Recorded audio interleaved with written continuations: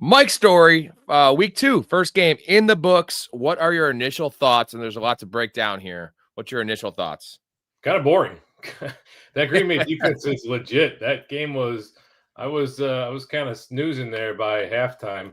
It did pick up a little bit in the second half. We saw a little bit of life from Jaden Daniels and the Commanders, but overall, I think the biggest takeaway is if you have lineup questions, your deciding factor might be are they or are they not playing the Green Bay Packers. If you got fringe guys, I might look to sit them week in and week out. Micah Parsons, they were probably a top 10, top 12 unit before that. The addition of Micah Parsons, I think, has vaulted them into top 5. So they're going to be tough.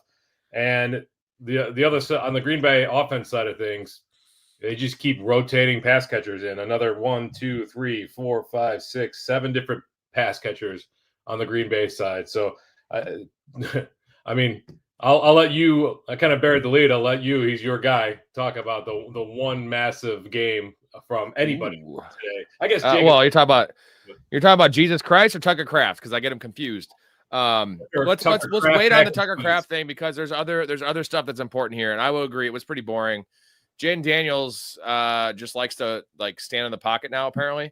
But I will say that was one of the most aggressive games called and played on the Packers side of the ball I've ever seen, because they neutralized the running game, they neutralized the deep passing game, they neutralized the intermediate passing game, and they stopped and they somehow had spies and eyes on Jaden Daniels. Like, those things usually don't happen, not all of them at once, right? You always give up something. They gave up nothing, like absolutely nothing. Yeah, they kept the pressure on. I mean, Jaden Daniels made some uncharacteristic mistakes. He also stepped backwards in the pocket when he should have stepped up a couple of times. We see that with rookie quarterbacks. We didn't see much with Jaden Daniels last year. So, God, I might have been premature last night talking about there's no sophomore slump. It's possible that Jaden Daniels is regressing. Now, it's also possible that Green Bay defense is just super legit. You know, one of those defenses that comes out of nowhere, kind of like the Patriots from a few years ago. You remember that, where they were just – the defense was just steamrolling people. You couldn't get points on the board from them. So we'll see. The Commanders, who do they have coming up next week? They've got, they've got 8 days to get ready. They've got Las Vegas. So that's a get-right game for them, right? They should be okay. Packers after this, they've got Cleveland. Well, okay.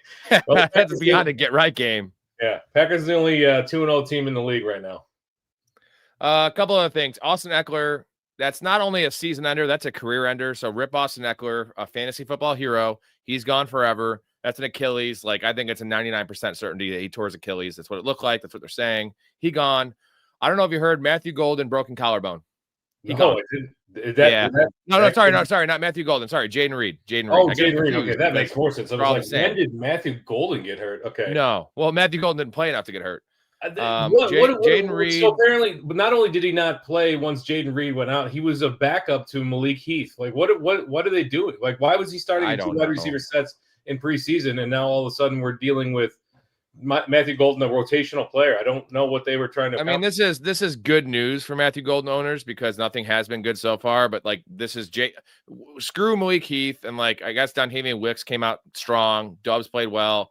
But this is going to force him to play more, possibly, if the Packers actually get their head on straight. But so yeah, Jaden Reed, that's a 6 to 8 week minimum injury, possibly season ender. You can drop Jaden Reed on your fantasy team. There's no reason to. And the fact he already has a broken foot, we're looking at, it's bad. It's a lot of stuff. At least you won't be dealing with the broken foot for the next 6 to 8 weeks. Right? That hurts more than the broken foot. Yeah. All right, we'll get to talk about my guy Tucker Kraft, but I want to cue the music here real quick, and then we will get to my guy, Jesus Christ, we call him. But you'll see the intro. Okay.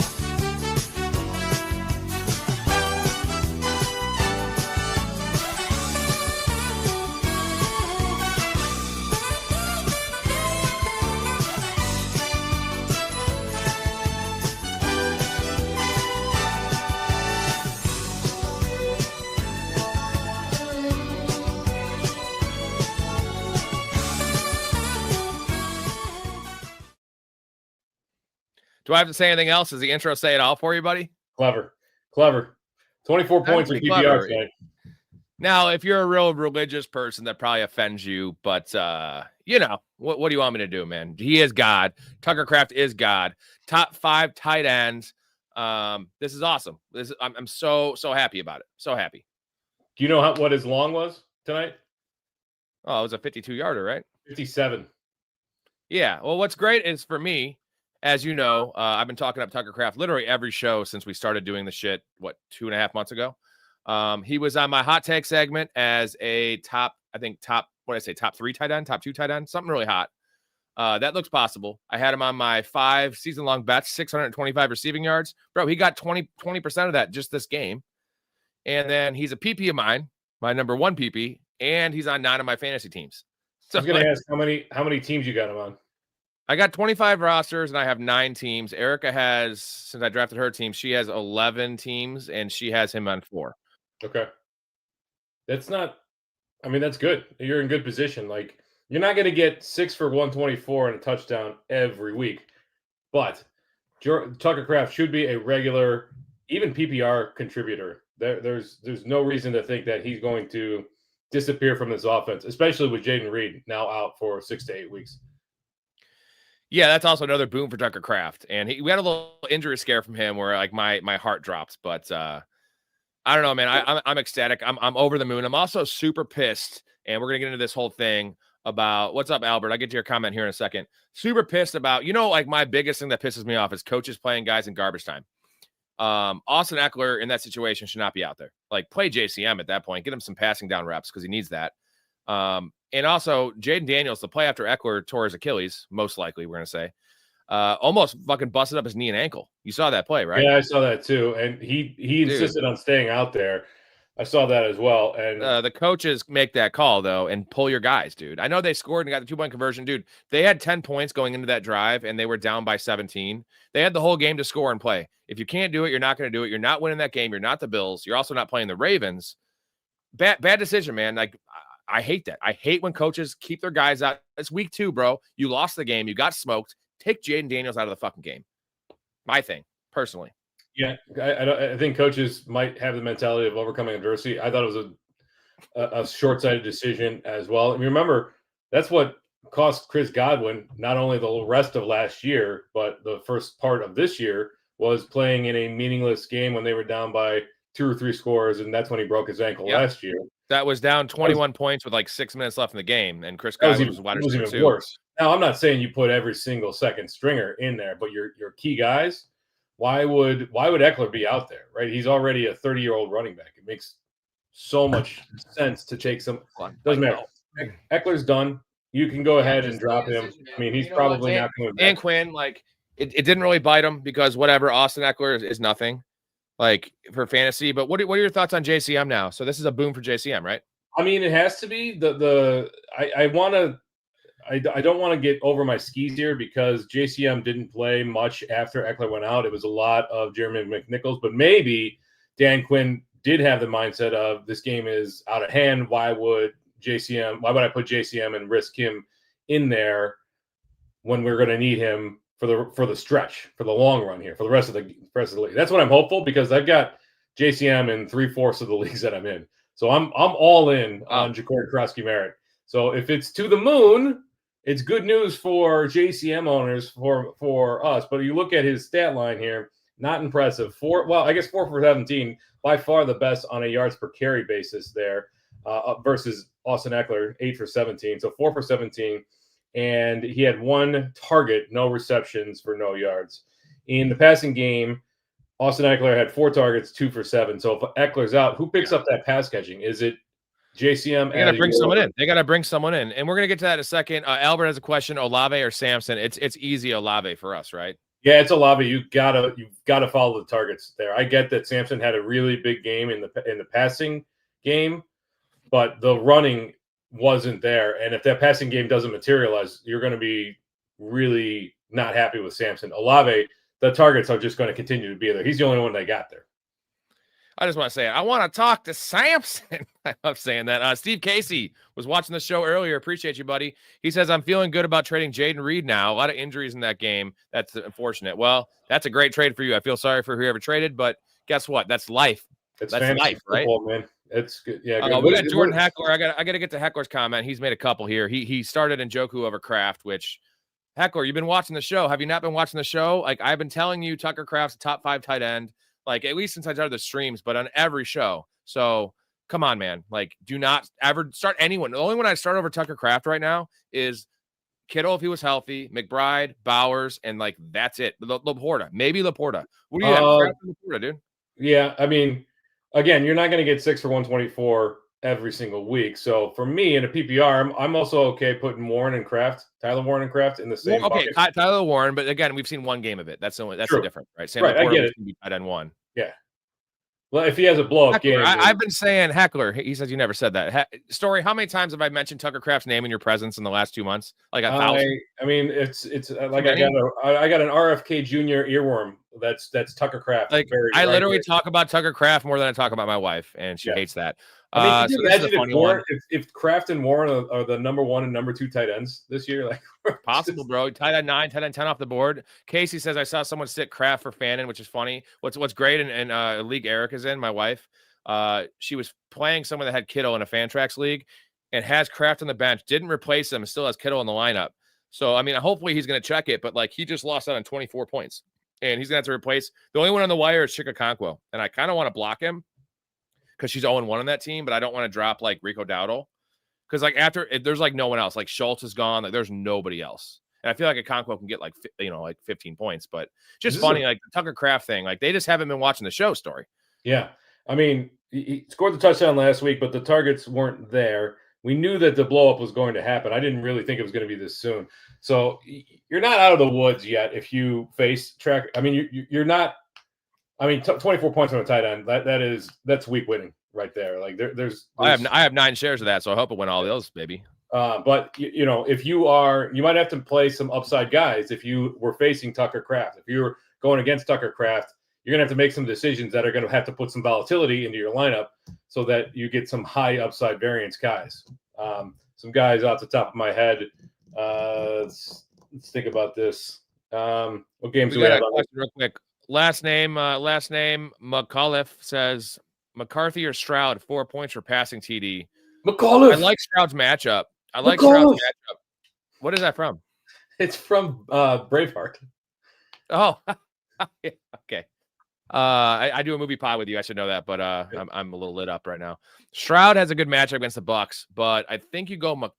I don't know. I mean, McCarthy probably has more upside because his feet, his rushing, but Stroud is the safer play. Would you agree? The Falcons defense was sneaky good last week against Tampa Bay. They did hold them a little bit. So McCarthy, it is at home. He's got the monkey off his back. He got the comeback out of the way. I have a really tough time trusting Stroud. I know it's a good matchup, but maybe Tampa Bay's defense is better than we were expecting. And I'm going to lean McCarthy. I'm going to go McCarthy in that. I just don't trust Stroud, and I don't trust that offensive line. Right. The only advantage that you have with Stroud is Tampa Bay's run D is like legit amazing. So in Nick Chubb, like you're not a Chubb guy, but like how much are they going to get through the ground? Where like if they're going to score 24 points, it's going to be all from CJ Stroud.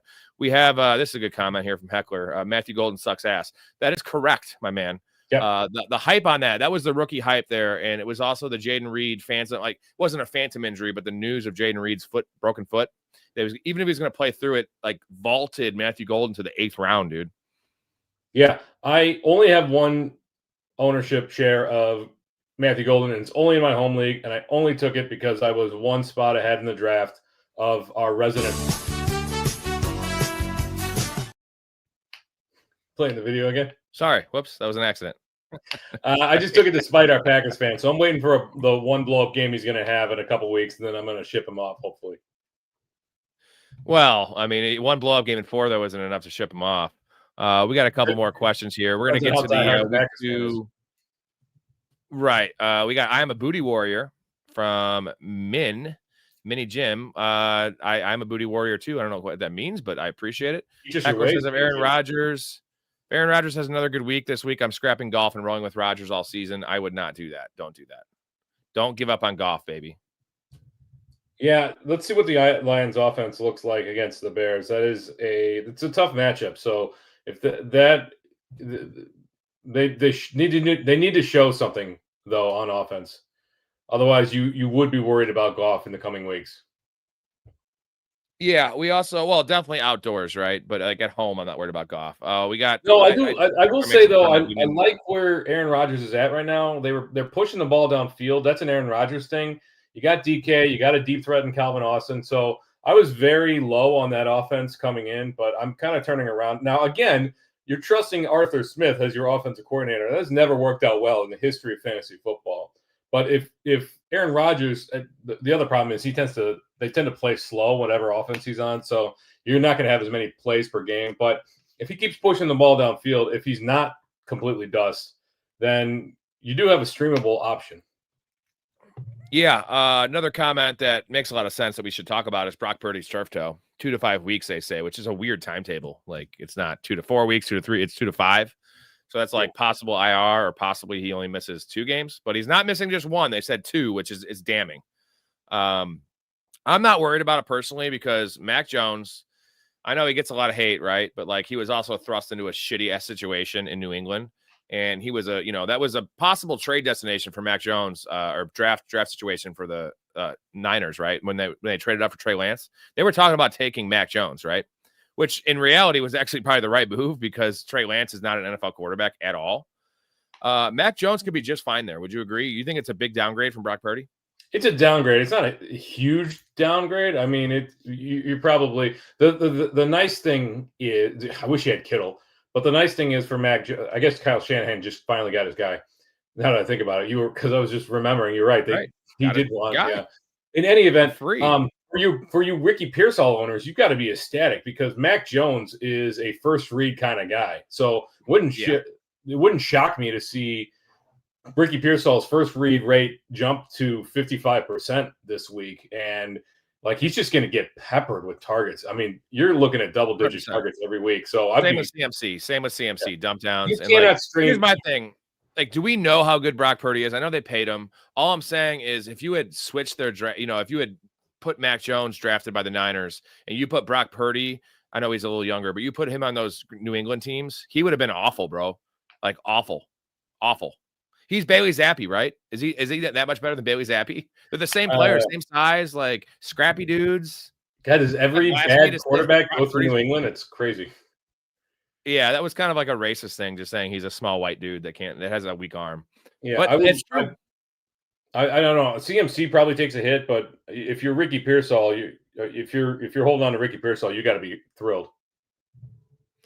Heckler says, I think I might start Fields at home after what Lamar did to the Bills on the ground. The Bills are bad against rushing quarterbacks. Justin Fields look amazing. You should be starting Justin Fields over about all quarterbacks but 7, would you say? I mean, we had him at quarterback 6 going into the year, Story, if you recall. I'm thrilled with Justin Fields. I have him in probably half of my leagues, and he's my starting quarterback.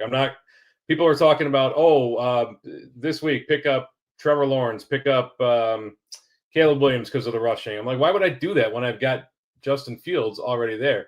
You're going to see Justin Fields ranked low, but you got to remember rankings are not projections. Rankings are designed to kind of toe the line, be right in the middle, right? Hit that median because you don't want to be way too off on either above or below. So for rankings, people are always going to project him for like 40 or probably 40 rushing yards when he easily could surpass that. I'm not worried about Justin Fields starting until he starts collapsing, but I liked what I saw from him. Agreed, man. Agreed. We have another one from Heckler. Jaden Daniels, sucky sophomore slump or just shit ass bad game? I think it's a combination of both, man. He probably shouldn't have been drafted. He was drafted really close to Lamar and Josh Allen, and it doesn't look great. I have 1 share out of 25 of Jaden Daniels, and it was in the 4th round, end of the 4th round in a 12-team league, which I had to take, right? But other than that, I was passing on him left and right because I would take Marvin Harrison over him, guys like that. Yeah, I don't even think it's Jaden Daniels so much. I think the addition of Deebo Samuel in the offseason, the Terry McLaurin kind of holdout situation, the elevation of JCM late in the offseason to the starting roster, I think a lot of things need to gel, and they just haven't yet. So let's see what Jaden Daniels and the offense looks like in the coming weeks. It might be a struggle as they kind of get back. The other thing is, though, they're not sneaking up on anybody this year. Nobody expected them to go 12-5 and make it to the NFC Championship game last year. So they absolutely have a target on their backs. So there's nobody. Everybody's prepping for them differently. So I don't think they're going to be as prolific. I'm worried about Terry McLaurin, frankly. Like same, bro. I'm really upset because I love Terry McLaurin, but they're just not connecting downfield. And I don't know if that writes itself or if Jaden Daniels isn't seeing what the field as well anymore. I'm not sure what it is, but I am worried about Terry McLaurin. I'm not worried about like Debo or JCM. Well, so I have 3 McLaurin shares, and 2 of them are prior to him signing an early redraft season. And I remember I got him in the 5th round, so I'm not too worried. But like where he ended up going in most of home leagues and when drafts were within a week of the season was end of 3rd, early 4th. So that's a cause for concern right there. Another question here: Pearsall or Coleman full PPR? Definitely Pearsall. Pearsall. If it was like half PPR, I would maybe give it consideration to Coleman because touchdown equity. But like Pearsall is a top 24, maybe top 20 receiver for the foreseeable future. Yeah, that's easy. We have, let's see, Daniels next 2 weeks are versus Raiders and Falcons. He should excel. He should. He'll get back. We got a good one from, let's see, TJ says people should have known the slump was coming. Also, at the end, he looked hurt. His play style isn't going to last. No, he's what did you call him again? What do you call him? Story. One of those wavy, wacky, inflatable, arm flailing tube men. Or a giraffe because he's a long neck. Oh, I did call him. Yeah, that was the joke when he was at Arizona State. I'm not even gonna say it. I can't say it on a live stream. I'll tell you off air. Yeah, don't you? Yeah, you already told me. Crust says, "How did Washington look in the second half?" It was 14-3 at half. Last I checked, but I had to work. They didn't look. They looked a little better, but like it wasn't like a Minnesota Vikings thing where it was like they looked almost as bad as the Vikings did the first half. And it wasn't like obviously as good as Minnesota looked in the second half. It was a little better, but you also had softer defensive coverage. Parsons wasn't playing as much. Parsons, man, that impact is just next level. Fucking level. This game was not as close as the score would indicate there. There was a late fourth quarter touchdown that brought it there. They got the 2-point conversion. Zach Ertz looks like a reliable streamer in good matchups. Like I would not be opposed to streaming Zach Ertz next week. He looks like a target for Jaden Daniels. 8 he does. Targets. What up, DB? How you doing? DB. I have to say this is not TB, it's DB. DB ball out. He said, "Yo, I'm shouting out to him. What's up, ball out?" Another reason that I'm really pissed and that I'm actually kind of happy, not happy about Eckler's injury, but as you know, we were both big Brian Robinson fans. We had that season-long bet for him leading the league in touchdowns. I had him everywhere in best ball in the 9th round. And they did him dirty. That was stupid of them. And the not signing McLaurin right away, like, dude, bad organization. And look what happened. Now they're going to have to go out and get a running back when they had Brian Robinson all along. And just, you know what? Karma's a bitch. Fucking Washington Redskins. I know every situation is different, but you know what this McLaurin situation reminds me of is Brandon Ayuk from last year. Hold out. Finally gets paid. Gets a week of training camp in. Unproductive, blow up game, gets hurt, right? Like, are we on that fast? No, you can't predict injuries right now, but what would Brandon Ayuk's season have looked like if he hadn't gotten hurt in game 4 last year?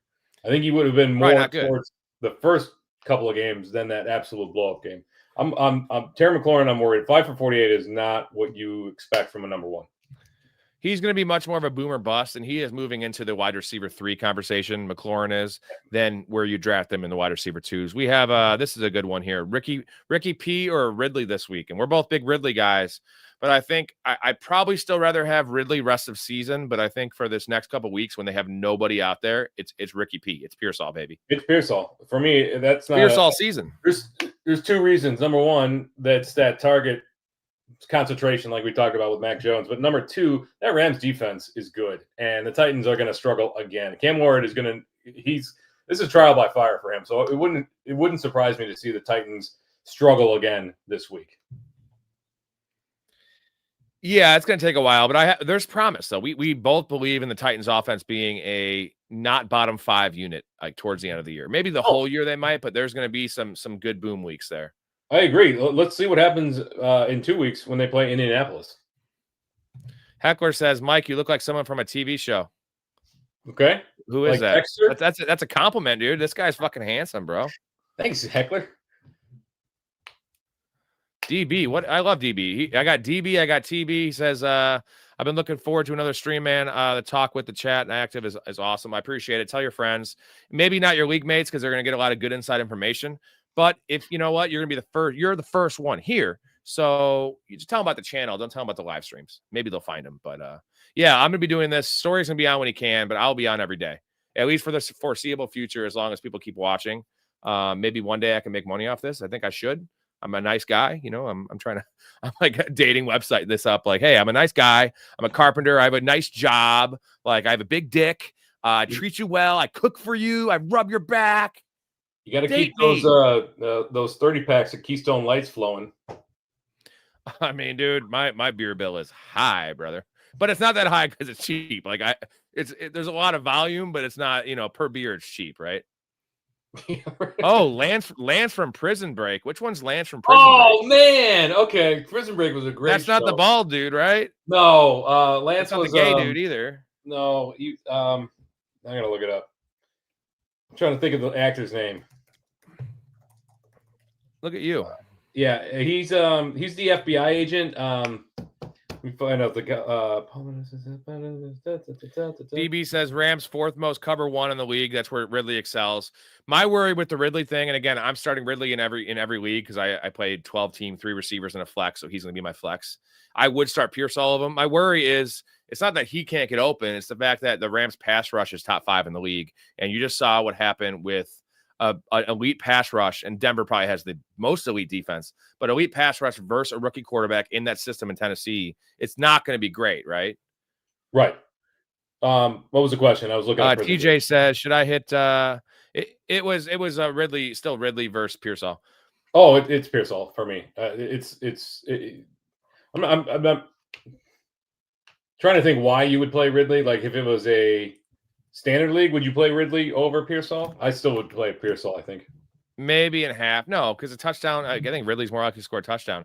TJ says, should I hit the over in A-Rod's TDs and TJ Watt sacks? Probably in TJ Watt sacks. I don't know about, that's a funny thing to say, TJ Watt sacks. I don't know about the over in Aaron Rodgers touchdowns. Like regression will come. It's probably 1.5, so he's got to throw 2. I don't know. You? Yeah, I would bet it's 1. I don't have my phone on me, but I would bet it's 1.5 and probably plus money. If I were to guess, like plus 115, something like that. I can look it up. Hang on. But I would be cautious about that. I would also caution people to let's not get ahead of ourselves in playing Calvin Austin this week. It looked good last week. Like I said, the deep threat, but those connections are not necessarily sticky. So you just got to be, deep leagues. I have no problem with it, but don't go starting him over somebody like Ricky Pearsall, for example, or don't go starting him over somebody like Jacoby Myers, or give me another name, like Devonta Smith, somebody like that. Yeah, don't do that. Don't go chasing waterfalls either. That's a lesson I learned from TLC when I was a child. Did you know there's 2 Monday night games this week? Yes, I did. Story. Yes, I've been doing live streams every day talking football. I did know that, but it's going to be exciting, actually. They're good games, right? Yeah, they are. Let's see what they are. Tampa Bay and Houston, Chargers. So could be good. But the Chargers Raiders should be a good game. I'm looking forward to that. You know what the Thursday night game is? Miami and Buffalo. Next week? Yeah, it's going to be a bloodbath. That's what I said to Erica. One nice thing I like about these Monday night games coming up is that they're staggered. Like sometimes, they do them where they're like a 6 o'clock and like a 7:30 and like they run into each other. Like I hate that because I want to watch them both, right? Yeah. Well, I mean, they looks like, because remember the last couple of years. So a few years ago, they started with these double Monday night games. They had it started at 6, and then they had one at like 7:45 or 8 o'clock or 8:15, something like that. Then they started doing one at 7 and one at 7:30. Like what in the right mind are you doing that? Now this one is these guys. This is a 6 o'clock and a 9 o'clock. So beautiful, right? Yeah, it's beautiful, baby. All night football. Steve Casey has actually my wife has the same conundrum in her league. Jordan Mason or Jaylen Warren. The question for you, Steve, is this half PPR or full PPR? Full PPR, I'm going Jaylen Warren. Half PPR, I'm going Mason. Story? Full PPR, Jaylen Warren. Half PPR, Mason. I mean, half or standard, certainly Mason. I think you could make an argument for Mason in PPR. I think you can too, but it's just Jaylen Warren. I mean, that was a weird week. Yeah. CK says, guess who started Kraft? Well, you know what? Good for you, buddy, because we all started Kraft, and I'm so happy for you because it's this is what's up, right? This is what's up. Yeah, this is all year, baby. Maybe not this production all year, but go back to that Aaron Rodgers prop over under 1.5 plus 138 on DraftKings. So plus money if you think that he's going to throw too. But Pittsburgh has been known to keep it on the ground near the goal line. Just be aware of that. Steve says it's full PPR. I think you go safe with Warren. I think he's going to get 4 or 5 targets, at least 3 catches, which might be the deciding factor. If Mason doesn't get in the end zone, he's not outscoring Warren, right? No, I don't really see that as a possibility. I'm looking to see what Jaylen Warren's receptions line is. Over under receptions for Jaylen Warren is 3.5. Maybe 2.5, but it's minus. It's kind of in the middle. So 2 plus is minus 180, 3 plus is plus 160. So 2.5 realistically. I might lean Jordan Mason there. Okay, I guess we didn't really help you out at all, but that way we're hedging our bet. We're both right. One of us is right. The show is right, Story. Exactly. Andre says Deebo Samuel is him. That's all, fellas. Are you going to rank next week? Are you going to rank Deebo Samuel? Would you rank Deebo Samuel ahead of Terry McLaurin? Yes, I would. Deebo Samuel looks good. They're getting him design touches. That's the difference. Yeah, that's the key difference. I was building to that, but yes, he looks good. He doesn't look like Deebo from San Francisco, but he's still breaking tackles. He still looks good. He has a much better chance to get in the end zone. Like I said, those deep passes are not necessarily sticky. And Terry McLaurin kind of lived off of that last year. And they are scheming him looks. And they're not doing that for Terry McLaurin. They're just waiting for him to get open. For whatever reason, they're not. They're not even moving Terry McLaurin around, bro. I saw him in motion once. I don't know what Dan Quinn is doing. So, yeah, I would. Have you seen Dan Quinn's titties? Did you see his titties today? They're fucking huge, bro. Also, they're like D-cups, man. You're a man in your 40s, and you're coaching a professional football team. Turn your hat around, right? Like, come on. Well, I have a backwards hat on, but I also have straps and look like a clown. Jordan Heckler has another one. Tyreek Hill or Pearsall? I know Story's answer is Pearsall. You could have said Aaron Hernandez or Tyreek Hill, and you're going to be like, Aaron Hernandez. Like, the guy's dead, but it doesn't matter. I think I'm still going Tyreek Hill, bro. Like, call me crazy. This is it. If it doesn't work this week, if he's not good this week, this is it, right? This is it. I'm going to make him show it. Like, why would you put yourself through that in week 2? Like, when you saw... Because he's going to catch a 60-yard bomb, and you're going to be pissed. But I think Pearsall is probably the play. I want to have a little fun, bro. I want to gamble, right? It's like I want to bang a hooker without a condom. Like, that's what happens when you start Tyreek Hill. You start Ricky Pearsall, you bang a nice girl with a rubber, and everything's good. That's a great analogy. That the AI on this app is they give me shorts. They produce shorts and give me titles. That's going to be a short they're going to make. Okay. It's like why you shouldn't start Tyreek Hill, and that's the explanation. I saw the one. Sums up this channel though. Yeah. Yeah. Debo's slot usage is insane with Kingsbury, and that's what's up. And he's playing a little bit now. The thing is now, especially with Eckler being out, many more little dump downs. So I was just thinking, through my head there, that he's going to almost play. I don't know. I can see him playing 7 or 8 snaps out of the backfield. So, Eckler's injury is most likely, I'd say 99%, a torn Achilles. That's a career ender. He is gone. Yeah, it did say X, what did you mess up on? They haven't specified, but I would be floored. X says I think I messed up, boys. What, you didn't subscribe to this channel? That would be the mess up. What else? What did you biggest mess up you could have done? That is true. JCM is going to get more work now on the offense. I mean, he has to. They're going to bring someone in, and also Chris Rodriguez will be active. Unfortunately, JCM is not a one-to-one replacement for Eckler's role. Quite the opposite of that. Like, you saw the one pass where he kind of he turned the wrong way, and he's just not ready to be in passing downs, not in pass protection, not in running routes. So, dude, I'm just watching that Eckler injury, non-contact. He cuts the wrong. Oh, that's 100%. Yeah, it's you can see his reaction. Here's what he said. He fucked up on. He said, "I traded Tyreek, J.K. Robbins, so J.K. Tim Robbins, Tyreek, J.K. Dobbins, Javonte Williams for Josh Jacobs." That's a lot. Tyreek, J.K. Dobbins, Javonte Williams for Josh That's a lot. Tyreek, J.K. Robbins, Javonte Williams for Josh Jacobs. I mean, that's probably too much. Josh Jacobs' usage is elite. Nobody else is getting a carry in that backfield for the foreseeable future. So the problem, and you know what? He's virtually. I mean, he's as much a lock to get a touchdown as any running back in this league. If you wanted to, If you told me that every running back in the league was going to start on the 5-yard line every week, who would you take? Bijan, Jacobs for sure. Jacobs is there. I like Jacobs much more. The problem with Jacobs is right now he didn't have a single target today, dude. So that's an issue. Like Josh Jacobs is a 45 reception player. That's what you're expecting because you spent a second round pick on him. Now he's getting a touchdown every game, so it doesn't matter. But 23 carries. And the catches will come, right? They have to. So a golden question, Andre. I don't want to say I'm panicking Golden, but the volume is not there, and the offense is all Jacobs and Kraft. You should be panicking on Golden because this is terrible. Now the Jaden Reed injury helps Golden. Maybe, I don't know, or they're just going to play. Who is the guy that had the catch? Davion Williams, Malik Heath. No, Heath. Yeah, Heath. And Williams is going to kind of take that Jaden Reed role. We saw it with an end around already. That's the kind of the player he is, right?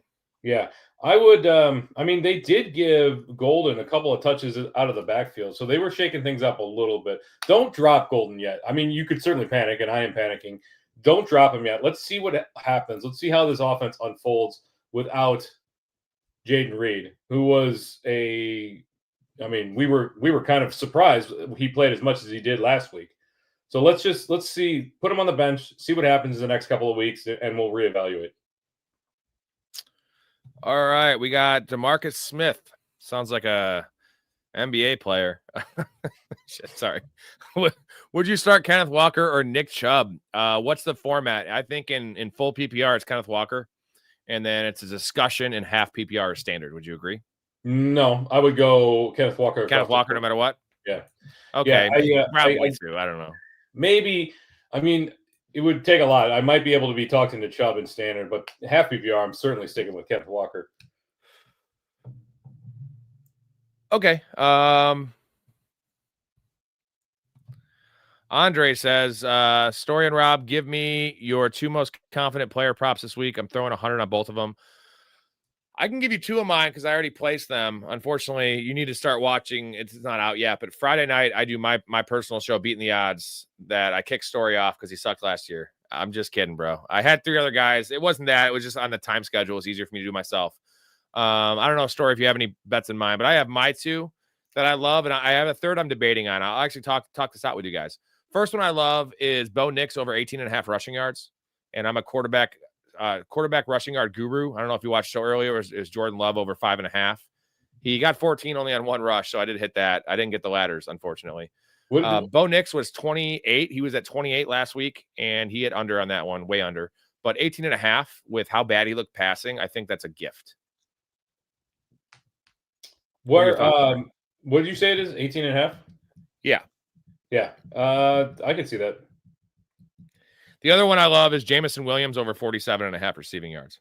Jameson Williams over 47 against the Bears. Okay. That's they better play more play action if they're going to get Jameson Williams some deep shots. That was disappointing. They have to give him some deep shots, man. Yeah, but and then the other one I haven't bet yet because I'm waiting to see what it's on FanDuel, if there's better odds or if it drops, is Drake May over it's 24.5 or 25.5 rushing yards. Oh, love that one, bro. Same kind of thing as Bo Nix. Bad passing game week 1. Drake May is a higher number, but Drake May he's a more likely guy to scramble, and they may call some design runs for him. We heard rumblings of that in the preseason and off season that he is a Josh Allen type player. Well, and this is a must win game. This is a must win game for Drake May and the Patriots. Would you agree? Let's think about this year. Let's think about these. No, I wouldn't say it's must win week 2. There's nobody that's must win in week 2.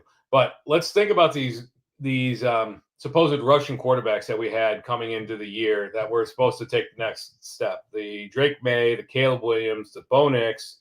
Drake May certainly looked like he's got the rushing juice. J.J. McCarthy did. But the guys that we thought were going to be the rushers, 28 yards from Bo Nix is a little disappointing, no?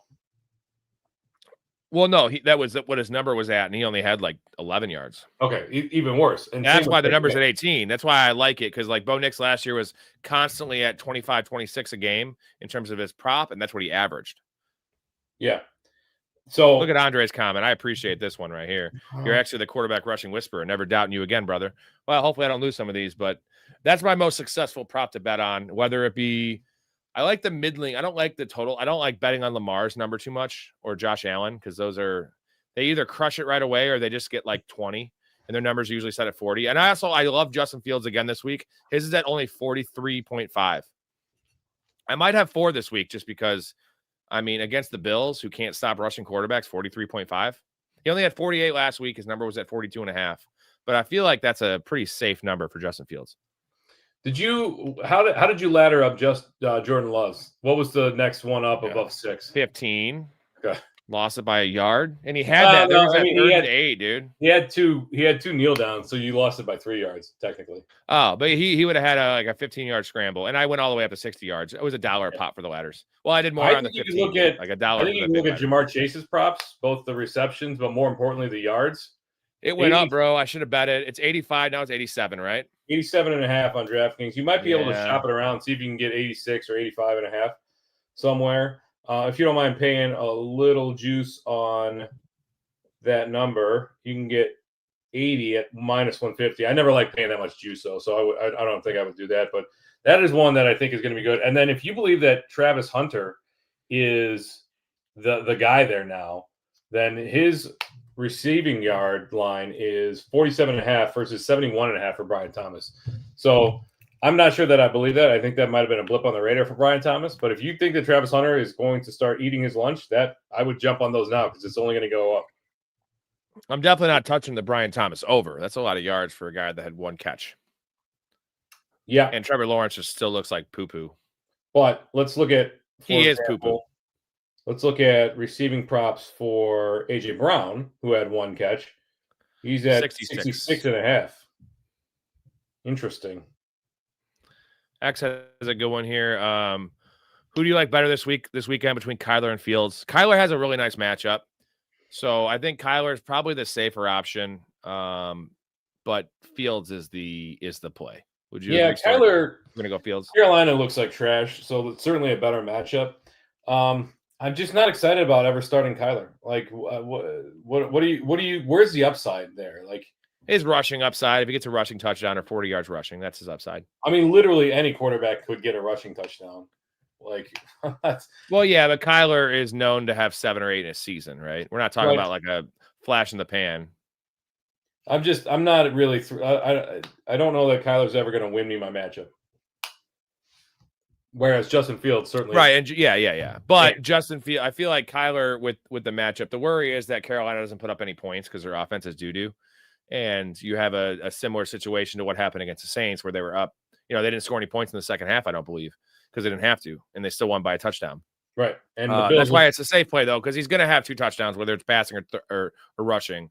Justin Fields has the ability to have a 60-yard rushing touchdown. I mean, this could be a James Conner day, like a big James Conner day, and then you're hurting when he throws for 1 touch. He throws for 210 and 1 touchdown, runs for 26 yards. I think we'd be doing you a disservice, X, if we told you anything other than Justin Fields because we've been on the Justin Fields bandwagon since June, as in telling you to take him as a top 10 quarterback. So, like, why would you after the week 1 performance? Why would you get off of him now? Because you probably started Kyler week 1, which was a mistake in hindsight, right? Right. So, like, right the wrong and start Justin Fields, baby. Tillman versus Raiders or Butte versus Miami on flex this week. This is Tillman for me, and it's pretty easy. That one's tough. Say those again. Tillman or Butte? Tillman has Raiders, and Butte has Miami. Yeah. I'm going. Tillman. Yeah, I'm going Tillman. Around. Yeah. Tillman, baby. Touchdown equity, target share, better player. Very much. How do you feel about T-Mac? One in that Stephon Diggs was coming back from the knee injury. They limited his snaps, so maybe Butte was a flash in the pan. So, yeah, it's Tillman. How are we feeling about T-Mac the rest of the season? Do you have him over Ladd McConkey? I absolutely do not have him over Ladd McConkey. I don't even like Ladd McConkey. I think T-Mac needs to – he's a boom from where you drafted him. I think he's probably properly ranked as a 4th-round pick. There's no one else there. The injury, the trading away of Thielen, the injury to Coker, and Leggett just not looking competent at all. Going to get a big target share, but you're also tied to Bryce Young. So I'm going to take the guy. He looked bad. Yeah, Bryce Young looks terrible, bro. So Ladd is a full like 10 spots rest of the season above Ted McMillan. I love Ted McMillan. I love watching him play at Arizona. Ranking him this week, a low end wide receiver 2, like low end wide receiver 2, and then Ladd is always going to be around that low end wide receiver 1, high end wide receiver 2 for me. So rest of the season, no, I don't like him more than Ladd. He will. I mean, he's gonna get some targets. Don't worry about it. I like putting see, the thing is, I also put the negative comments up here when everyone's ripping on my beard and just call me a faggot or whatever they call me. I will put the positive ones up too. What up, guys? This is my new favorite late night show, Loving Life, after drafting Tucker Kraft in the 11th round. Woo! If I was in the league with you, he's gone in the 9th, bro. Sometimes 8th, but it's a great life. Like if you drafted Tucker Kraft in the 7th round, right? I appreciate you. If you drafted Tucker Kraft in the 7th round, you'd be happy. And we all got him in the 9th or 10th, and you got him in the 11th. So your team's got to be stacked if you waited at tight end and took him as your first tight end in round 11. Your dick is out. You're just like wave it in the air. I actually, what's funny is she isn't here to collaborate. She's in bed. But I told her that after he had that long catch, like before he had his touchdown, I was like, the game's already great for him. If he catches a touchdown here, I am pulling my dick out and I'm dancing. Totally fucking did it, bro. Did you go slapsack orchestra thing where I just like moved it around? Dude, it was just, I don't know, 9 leagues, bro. Like I'm not saying I'm going to win all those 9, but I was already favored in all of them. And now my tight end scored 24 points. My teams are monsters, bro. When you wait at tight end and you know, when you've got that much of an edge at one position versus your opponent, it really puts your week at ease there. So, but it's also, I mean, Tom Talks Films, I love to hear. I love that we're not just talking into the void and people are actually kind of listening to, we've got at least some wisdom to impart and people are benefiting. Well, it's a combination of it's a fun show. Not because of you at all, Story. No offense, you suck. No, you're a nice guy, but I'm the straight guy. I'm fucking with you. I'm Lance. He's the straight guy. I'm the gay guy. That's right. Lance from Prison Break. I've been trying to fuck Story since when did I meet you? 20 years ago? 18 years ago. I'm trying to fuck you, and it just doesn't it's gonna happen one of these days, bro. That's why he doesn't drink when he comes over to my house because he's worried. He's like, I'm gonna pass out and Rob's gonna be inside of me. This is gonna be a short too. I didn't ask for a pegging tonight. Well, no. Pegging is when your wife pegs you with a toy. You're getting a dicking. There's a difference between pegging and a dicking, right? Like, what would you rather have? At least get the real thing, right? If you're gonna get something up there, take the real thing. But okay, moving on. Yeah, we'll move on. That's what I do. DB says Dak versus Giants or Justin Fields versus Buffalo. This is still Justin Fields. It's tough. Again, Erica has the same conundrum, and she wants to start Dak, and I told her to start Justin Fields. Yeah, this looks like a Javonte Williams kind. Not necessarily. If it's 6 for a passing touchdown, you take Dak. That's the deciding factor. Yeah, that's a good call. I worry about Dallas needing to score points against New York. Like Dak could. Not that Dak can't blow up, but I think that Justin Fields has a better chance of blowing up versus Buffalo. Yeah, he says he has CD as well with the Dak stack. I like saying Dak stack. Is that a deciding factor for you? Because for me in redraft stacking, it is what it is. Like CD could have a good game and Dak can still have a middling game, right? Right. CD could have a great game and Dak could have 240 yards and 1 touchdown and nothing on the ground, and you're sitting squarely in wide receiver or quarterback 18 territory. Versus Justin Fields needing to run for 60 plus yards and it's going to push you over into wide receiver 1. It's not a deciding factor. If I'm a big underdog, I might look to that might be a deciding factor. If I know that I'm going up against Josh Allen, for example, well, then if it's Josh Allen, I might think about, well, do I want to offset what he has with, like, if Josh Allen has a big game, then Justin Fields is going to need to have a big game. You kind of play through those narratives in your head. It's not a huge deciding factor. It is a consideration for me. But I like to I don't know that stacking in redraft is I get that the numbers kind of bear it out, but I've never really seen it be, unless it's Jamar Chase and Joe Burrow, right? Like that is the stack to end all stacks. It usually is. Another one for we have it's Tillman for that answer. It is Tillman. We're going with Tillman here. Another one I have here is Kincaid or Kelsey rest of the season from CK. This is still Kelsey for me. Unless Dawson Knox is like out of the picture, gets traded or gets hurt. He is currently hurt, but it doesn't seem like a long-term thing. It's still Kelsey. As much as I hate that. Handles has a good one. He says he has a hard decision. Do I start T. Higgins or ETN at flex? I also have Jamar. Is this half PPR? I think you could consider ETN, but I think it's T. Higgins either way. But full PPR is T. Higgins 100%. He also has Jamar Chase, but like, I don't care. Like those guys can both blow up. Thoughts, Story? I don't know. I'm not buying this ETN thing yet. Like, it's not a given. Like, maybe it is because are they really going to trust Tootin? Maybe they play LaQuint Allen more. Like, we just don't know. It's also the Jaguars. Like, I'm going to play guys in the Bengals. I'm not giving up on the Bengals. My alarm meter on the Bengals is like a 0, bro. It was one bad game, a terrible game, but it is what it is. Fair enough. Yeah, I think you can stick with T. Higgins, but if you get another big week out of ETN, how are you going to look at that backfield for the rest of the season? Or not necessarily the rest of the season, but the coming weeks. DB, it's 6 for a passing touchdown with Fields. Okay, then maybe you do play Dak in this matchup. That might be the thing. If it's 6 for a passing, I guess I could see you playing Dak. Yeah, I can too. If you're the underdog, though, I'd still go with Fields. Okay, yeah, I mean, we love Fields, so it just feels like stupid for me not to say Fields. Full PPR for that question with T. Higgins. So we're going T. Higgins 100%. Like, you drafted T. Higgins in the 3rd or 4th round. Like, we're not going to panic on him. You drafted T. Higgins in the early 3rd round, typically. So we're not going to we're not going to bench T. Higgins after one bad game because the whole offense was bad. Now, when the whole offense is good, they're both going to eat. You're going to guarantee have probably 2 touchdowns total from T. Higgins and Jamar Chase. Yeah, the Bengals offense didn't suddenly get good or get bad, right? So every offense is going to have a down day. I wouldn't worry about it. Yeah. My other receivers are Chase and Adams. Yeah, I mean, you got to start Chase, but like, dude, just start T. Higgins. Like, this is too early. Like, you should have never started. You should have never drafted T. Higgins if you were going to have. I know ETN seems like a nice consolation prize to have in flex, but if you're not willing to start him because he plays alongside Jamar or they had one bad week, like, you shouldn't have drafted T. Higgins then, and you did, and it's not a bad decision. T. Higgins is fine. I'm buying T. Higgins if I can in every spot possible. Are you, Story? Are you buying T. Higgins? Or are you? No, I would buy T. Higgins at cost right now. I'm not really enamored with T. Higgins like the rest of the fantasy community is. I've never really bought into his.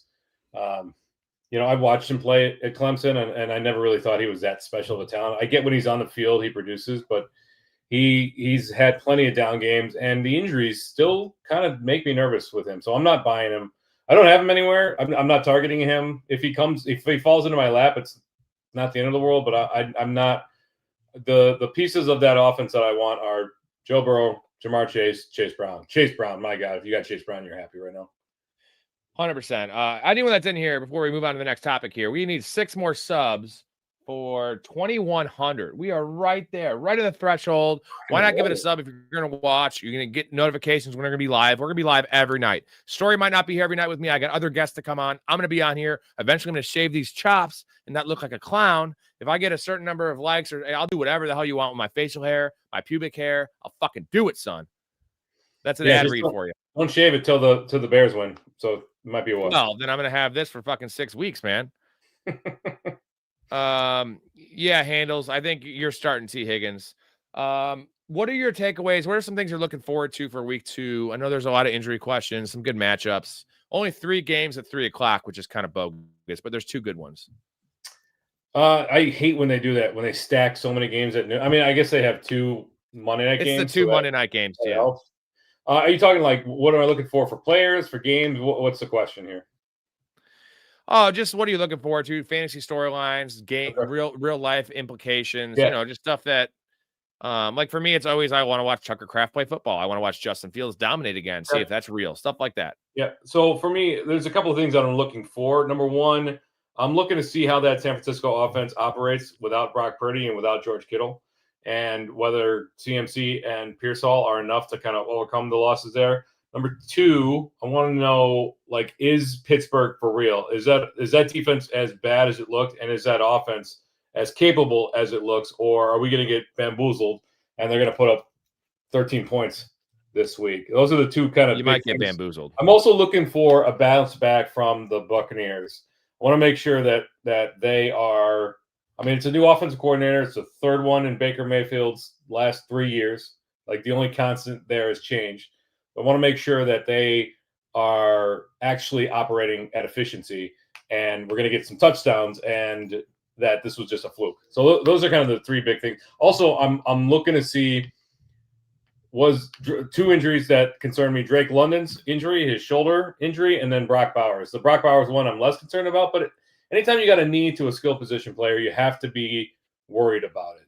Now that one does sound completely precautionary. The Drake London today, one, the fact that he was labeled day-to-day is, I know it's the most innocuous term in the NFL, but day-to-day can often lead to, not this weekend, and then maybe it's day-to-day next week, and then it's week to week, and then, So let's see if Drake London's out there, and if he's out there, his usual snap allotment, and then beyond that, is he efficient with his catches?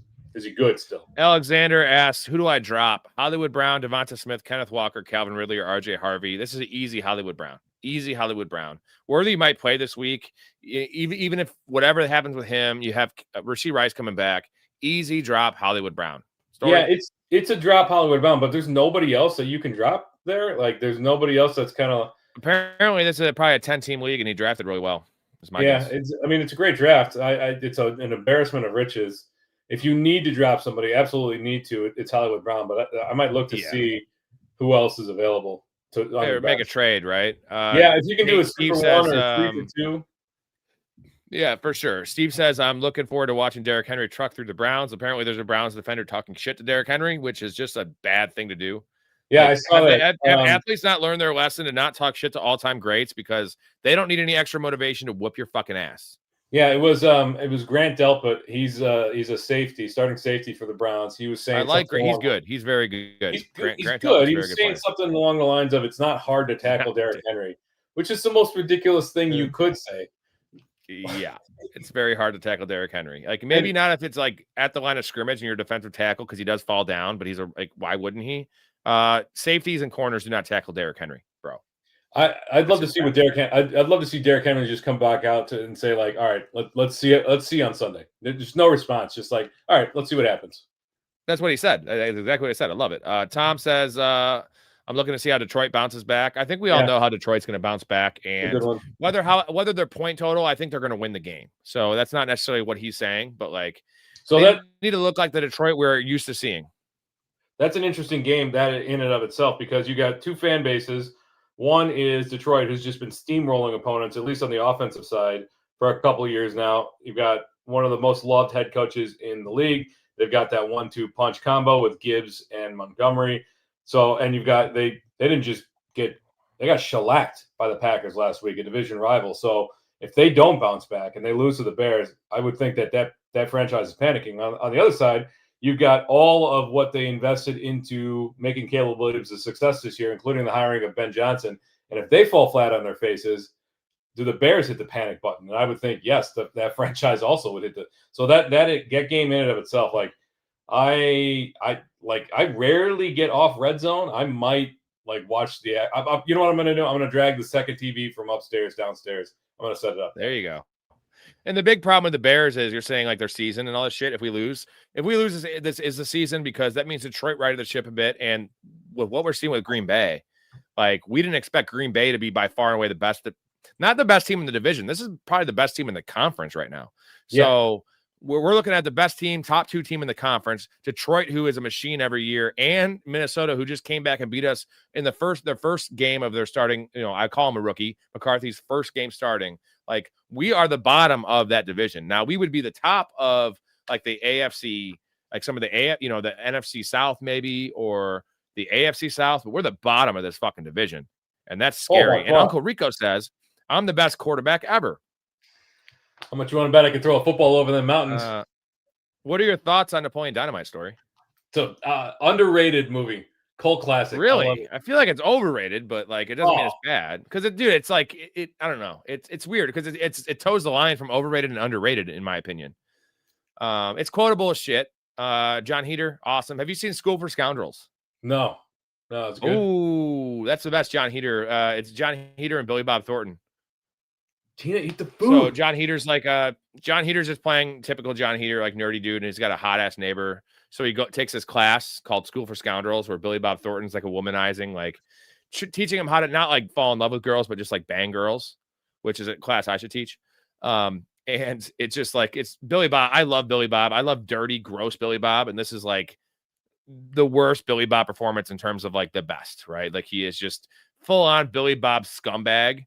And it's great with him and John Heater, the dynamic. I definitely check that movie out. It's one of my favorite comedies that like no one talks about. School for Scoundrels. I'll check Really it out. good. Yeah, John Heater kind of fell off the radar, huh? Like he had because he's a one-trick pony, bro.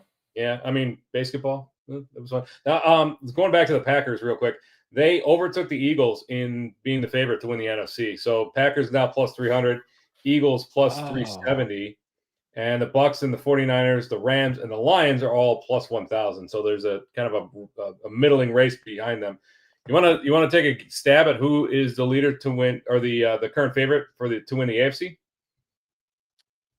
It's the Bills for sure. Even though, like I'm surprised because the Bills look. It's gonna go Bills, Ravens, Chiefs, Chargers. That's exactly correct.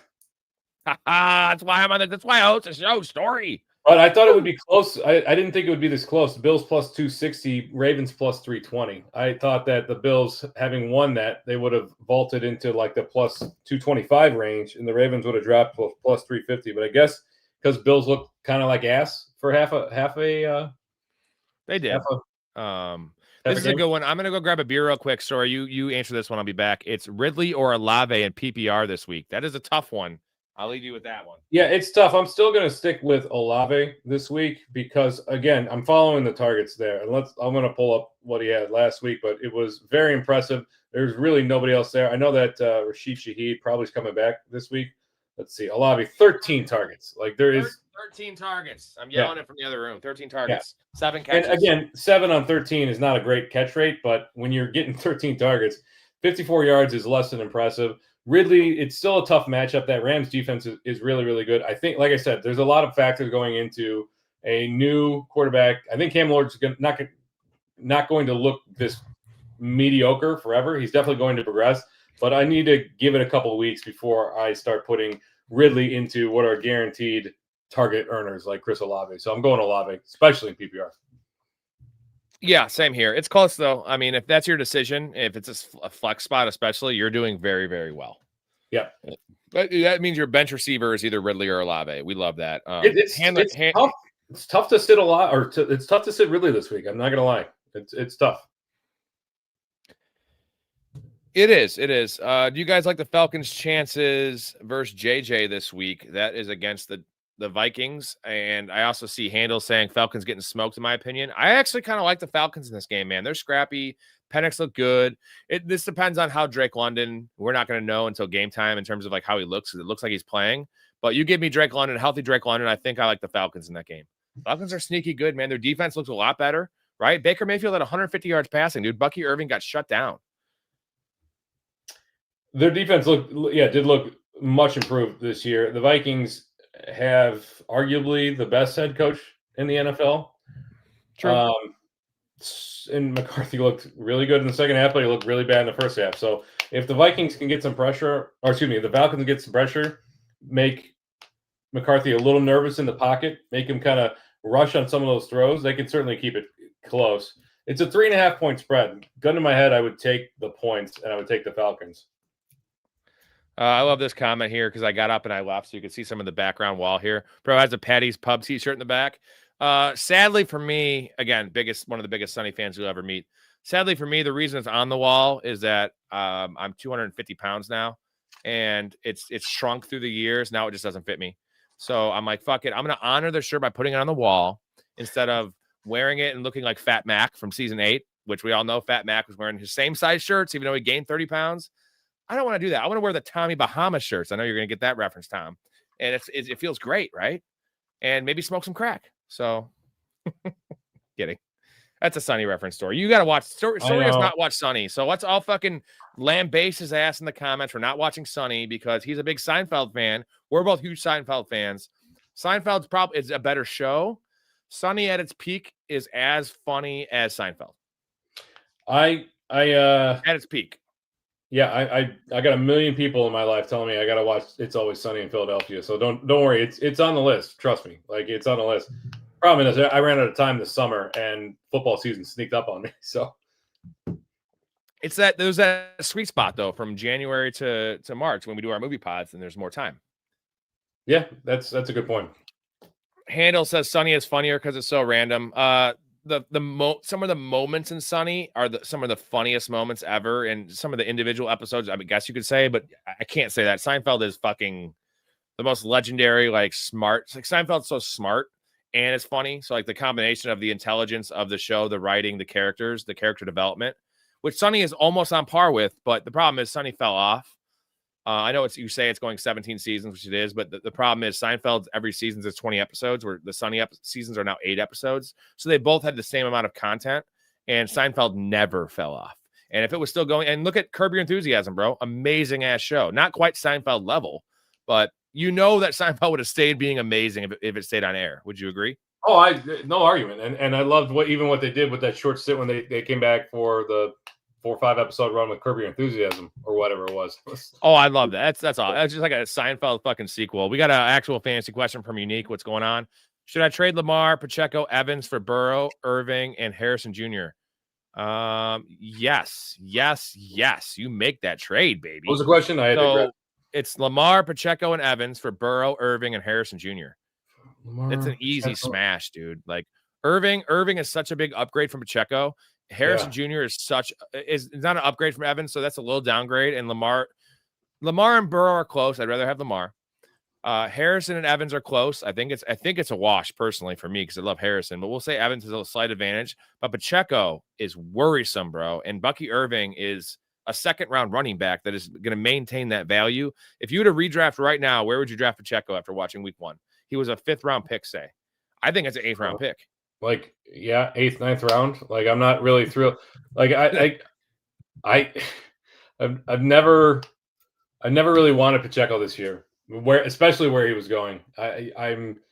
This team is too. Their ability to win games, the way they want. I'm trying to put into words what I'm thinking. Like they just do what they need to do in order to win. And in this case, like Andy Reid is not going to run Pacheco, give him targets, give him goal line carries if they're going to be able to keep him fresh later into the season when they know they're going into the playoffs. So that means that Kareem Hunt is going to get targets. Brashard's going to get carries. Brashard Smith is probably going to start working into this offense. They'll move things around. So for me, Pacheco is he's the lead back in a committee, whereas Bucky Irving is that offense. Agreed. And better days are ahead, man. And the most encouraging thing, screw the stat sheet, right? And he got in the end zone with a reception, but it was the snap share. And Rachaad White was healthy. And my big encouraging thing was Sean Tucker barely played. And that was a little bit my worry because, Rachaad White's going to play on some receiving downs, some passing downs, but Sean Tucker had like 2 snaps.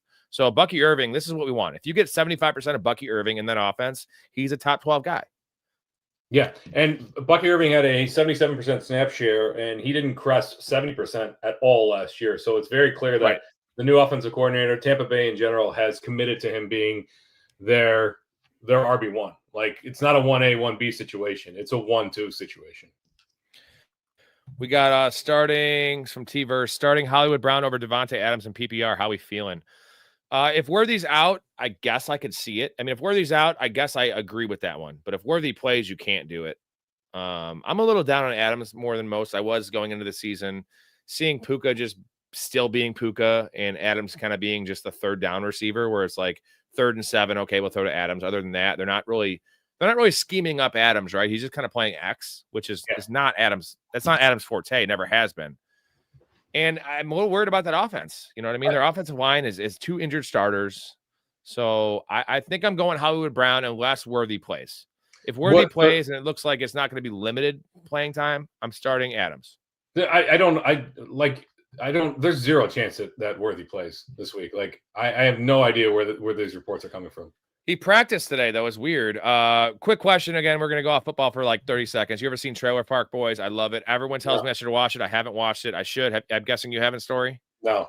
I'm gonna check it out. I think it might be too dumb for me, but like nothing's too dumb for me. So I need to at some points. Also, everyone told me to watch The Godfather because it's the greatest movie ever, and I waited because I heard how good it was, and it's a piece of shit. Now that's a hot take, but it's not great, dude. Scarface is so much better than The Godfather. It's disgusting. And no one talks about Scarface. Love Scarface. This week specifically, Strange or Fannin trying to survive till Kittle comes back. This is strange. This is strange. Yeah, strange. This week. Now, Fannin rest of season, I want Fannin over Strange, but this week it is strange. Should we be worried about Nico Collins after that piss poor outing? A little bit. My worry meter is like a 2. I'm probably at a 5. Ooh. Yeah, I'm that whole Houston offense makes me nervous, makes me worried, right? But not Nico. Nico shouldn't make you nervous, bro. I mean, if you've got no time to throw, what is that? What are they going to be able to do there?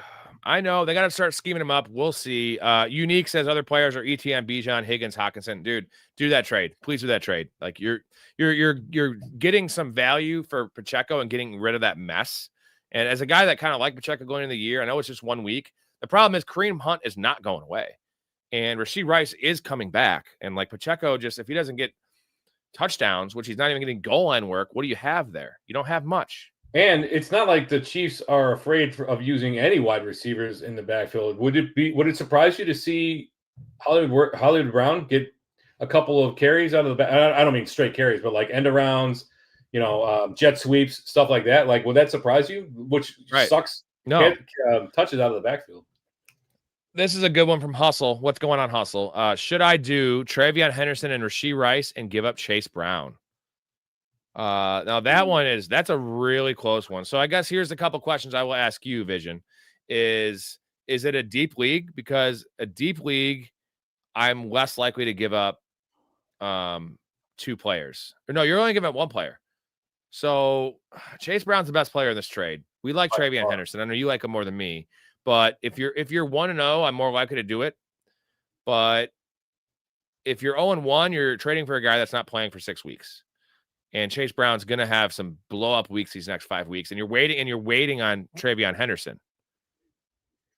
Yeah, you're waiting, but I don't think you're going to have to wait very long. Did you watch the game? Did you see Ramondre Stevenson?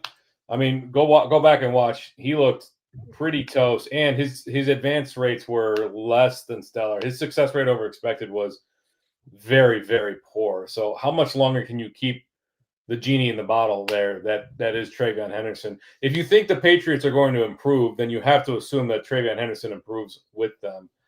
I'm really torn about that because I never like giving up 2 for 1. I always like getting the best player in the deal, but I know that even if Worthy comes back, like there's no chance that he's going to be 100% for the rest of the season. Like that is a surgery waiting to happen. So you're getting Rashee Rice. Everybody is enamored with Rashee Rice. I was never really that, but he's going to be necessary for this team. And if you're 1-0 and you feel like you have the running back depth to withstand a couple of weeks while Travion Henderson ramps up, then I would do that deal. And if you have the depth to cover for Rice the next, like you obviously don't want DK Metcalf on that team because he has a week 5 bye, for instance. If all your receivers that are starting have post week 7 buys, then you're fine because you're trading for Rashee Rice as a bench player. Now he comes in those bye weeks and he's an every week starter for you. This is a tough one. We're not really dynasty guys, but we can evaluate it. I have Josh Allen in a dynasty. I'm considering trades for him. Opinions who I should accept for him. I don't think you should trade for Josh Allen unless you're in a rebuild mode. So let's just first and foremost, unless you're in a rebuild mode, do not trade Josh Allen because you're not going to get equal value for him. Well, based on this question, I have to assume that he's in a rebuild. Otherwise, why would you be trading Josh Allen? Okay, let's assume that. Although he does say who I should accept and not what I should accept. So yeah, who? I mean, he needs to be a young elite quarterback, not named Caleb Williams. I guess is how I'd say it. But I don't know. I don't even know where to start on that one. That's so tough, man. If you're not in a rebuild, do not do it. If you are, you better get a king's ransom of draft picks. Yeah, JJ McCarthy, guys like that. I was going to say, if you can swindle every week starters, you can swindle a JJ McCarthy or a Michael Penix and a 2026 first, a 2026 second, and a 2027 first. You think that's enough to get it done? Like if you can get Jaden Daniels, I think I'd do it. But like, you want a younger quarterback, but Josh Allen's not exactly old, right? Like, no, he's not. He's got 6-7 good years left in him. Josh Allen, 28 years old. even in he's super handsome. He's 29. He's very handsome, very handsome. He's also married to Haley Steinfeld now, so he's a very lucky individual. Yeah, he is. But at 29, like you've got at least 7 years of high quality production from Josh Allen left before things start to fall off. So even in a rebuild, like you better be getting like you said, a king's ransom. Just like they better be coming to your door, like gift, like Lonely Island, tick in a box, like gift wrap shit for you to accept that, because Josh Allen is probably the best dynasty asset available right now. Like the owner you trade for him, regardless of your ransom, you should get good players. You should be allowed to fuck his wife for a weekend. Like that should be in the trade. That's how I don't want to trade Josh Allen. Like that needs to be in the trade. It's probably not going to be in the trade, so don't do the trade. What if he's gay and he's married to a guy? Then the guy that does a trade, whether he's straight or gay, should have to come over and give him a tug or a blowjob, whatever the hell. You know what I'm saying? Would you drop Golden for Butte or Johnson? No, I would not drop, especially with the news of Jaden Reed being out not for the year, but it seems like a 6 to 8 week minimum injury with the collarbone. Don't drop Golden. It sucks. You're gonna have to hold on to him. It might be rough for a while, but don't do that. I mean, if I get one more week of this, yeah, then you could drop Golden. I think you got to give it a week and see what happens next week after Reed is out. But again, if he goes another 2 for 17, 3 for 22, why are you holding on to him? There's got to be stuff on the waiver wire. So no, I would not. If you feel absolutely compelled to, if you want to hate drop somebody, I get it. And in that case, it'd be Butte. But right now, I'm holding Golden. Golden. Good call. All right, we got a bunch of questions here. Real quick, if you're watching, you haven't subscribed, please do it. We're 4 away from 2,100, about to be monetized. Not asking for anything much, just just be nice, right? I'm not a homeless guy in the corner saying, give me your money. If I was, I would offer you a service, if you know what I mean. Let's see. Great points. My receivers as of now are Debo, Ridley, Iomanor, Golden, Olave, and Tillman. You're fine, bro. Do that trade, Andre. Is Pollard a solid RB2? If I trade Chase Brown and I have Bijan already, I'm in a 10-man PPR. Is Pollard a solid RB2? If I trade Chase Brown, I have Bijan already. This is a hustle. This is the trade. Pollard's solid. See, the best thing is Pollard pairs really well with Rashee Rice, because Pollard is the literally 85% snap share player until Spears gets back, which may not be until week 7, bro, week 6. So this is perfect. Yeah, Pollard and Bijan are 2 real steady eddies. And it's a PPR, so you're almost never starting a running back in your flex anyway, right? Unless it's So we have I'm in win now mode, so do not trade Josh Allen if you're win now. Just don't, unless you can get an offer that just that's the thing, is you have a leverage. You don't need to do it. If you get an offer, you could shop him, baby. But unless you get literally a king's ransom, don't do it. Where are we ranking Jacoby Myers this week versus Chargers? I would have him in the wide receiver 3 conversation. I think wide receiver 3, high-end flex territory. Yeah, we got Tom talks. Defense is legit. Let's not get over our skis here. The Chargers defense is pretty good, and still the Raiders. Tom says, give me a team review. Bo Nix, Cook, Genty, Brian Thomas, Ladd, Sutton, Tucker Kraft, Flowers, Hunter, Addison. Hunter's on your bench. Ayuk and IR. That's amazing. Yeah. Want to add J? Yeah, that's an A-, bro. Yeah. Bo Nix is a problem, but that's besides that. I mean, Unique has a good one here. Would you trade Pickens for Evans or Higgins in PPR 12-man team? 12-man league. Would you trade Pickens for? Yeah. If you have Pickens, either one of those guys easily. Yeah, and we love Pickens. We love Pickens, but there's a point where you're gonna do that one. Can we donate? Wow. Soon enough, buddy. It's all right. I've been doing this for free for 4 years. So once we get monetized, is why I'm asking for the subs and the watch time and all that stuff. That's why I'm doing this in general. And it is what it is, man. I don't need money. We in Story talk football for fun, right? This is what we do. I mean, we're texting during the game, Yeah. Appreciate it. Well, mostly it's me texting Story pictures of my cock. Every time Tucker Kraft has a catch, it just gets harder. And by the time he scores a touchdown, it was just throbbing, dude. Actually, I was coming. When he scored a touchdown, it was a picture of a pot of Kraft mac and cheese. So I knew immediately what it was. Oh yeah, it was. And you sent a picture of the dude flopping his junk out. That I did reply with. You did. T. Higgins or Devontae Williams this week? It's still T. Higgins for me, man. We're not jumping ship. No, we're not. It's T. Higgins, in even in a standard league, I'm still probably taking T. Higgins over Javonte Williams this week. Yeah. Oh, Astro has a good comment. You know what's funny, Astro? I think you were the one that commented in my video before the Thursday night game. He says his love MVP caliber, and you were saying he asked me who are the candidates for MVP, and I said it's gonna be hard for anyone but Lamar or Josh to win it. But we were looking for long shots, and I put Jordan Love in there for the simple reason that it's going to be a quarterback. It's going to be a team that's going to have to win 13 or 14 games, or like a total out of the blue situation, like Trevor Lawrence if they win 11 games, right? And Jordan Love comes to mind immediately. If he has a 35 touchdown, 4 interception year and they win 14 games, that's it, man. They're going to pick him over some of the other guys because of voter fatigue, right? Yeah. I mean, he probably vaulted himself into the third in the running right now with that performance tonight, but he's not a rushing quarterback, and voters still love gaudy stats. So I think you need, I don't think it's 35 touchdowns. I think you need 40 plus for Love. I think you need probably, 400 yards. And that might be tough to do. Like, this team has such a good defense. They're going to steamroll a lot of people, including the Bears. Jordan Love is going to end up with games where he has, 260 and a touchdown and 10 on the ground, and that's not going to it's not going to get him there. It's a bad series of events because this team could win 14 games. I think they've got the talent to do that, but is Jordan when Jacobs has 290 carries because they're salting away games in the second half? I don't know that the numbers are going to be there. Is Jordan Love? I think it has to be efficiency, right? It has to be efficiency. It has to be what I said, 35 or 36 and 4 picks and the winning record, right? It's not going to be. He's not going to have a Mahomes year in the past where it's 50 touchdowns. But if he has this crazy efficiency year where he is he's throwing 4 picks and he's not making mistakes and he's winning games in the clutch, that shit goes a long way, dude.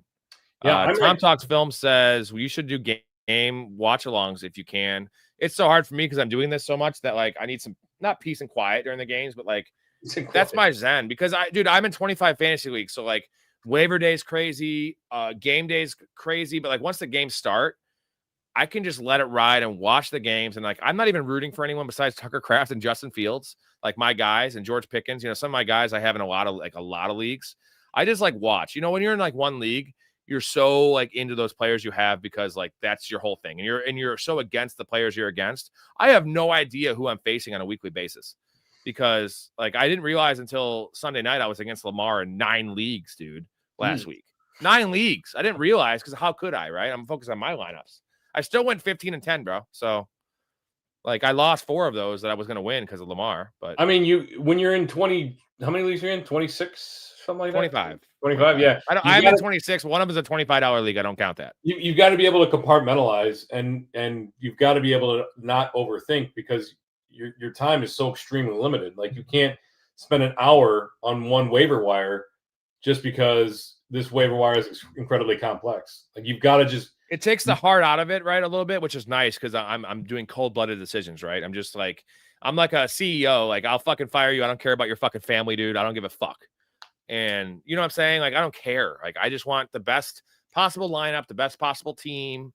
It's, that's what I'm looking for. Where small business owners, you feel bad about firing your fucking employees because you know them. You have their family, their wife, their kids. You're damn, what are they going to do? A CEO is I don't give a fuck, bro. See you later. I'm moving on to the next guy. So I'm a CEO.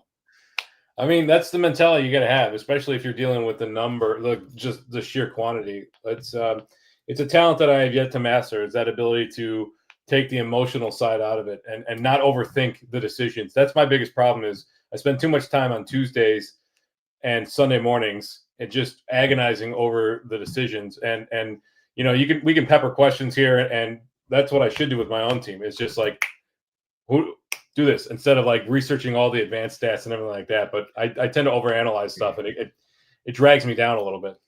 Well, at the end of the day, though, all the analytics, it helps, but your gut feeling matters, and it's also football, and it's random, right? It's random. So we can give you all the opinions we want, and what I pride myself in, and I think what you do as well in all the stuff we did pre-draft process is it's a numbers game, right? So I just want to be right more than I'm wrong. And when I'm right, I want to be really right. And when I'm wrong, I don't want to be as wrong. And if you do that enough, that's just a life. That's a life thing. If you do that enough, you're going to be in a good spot.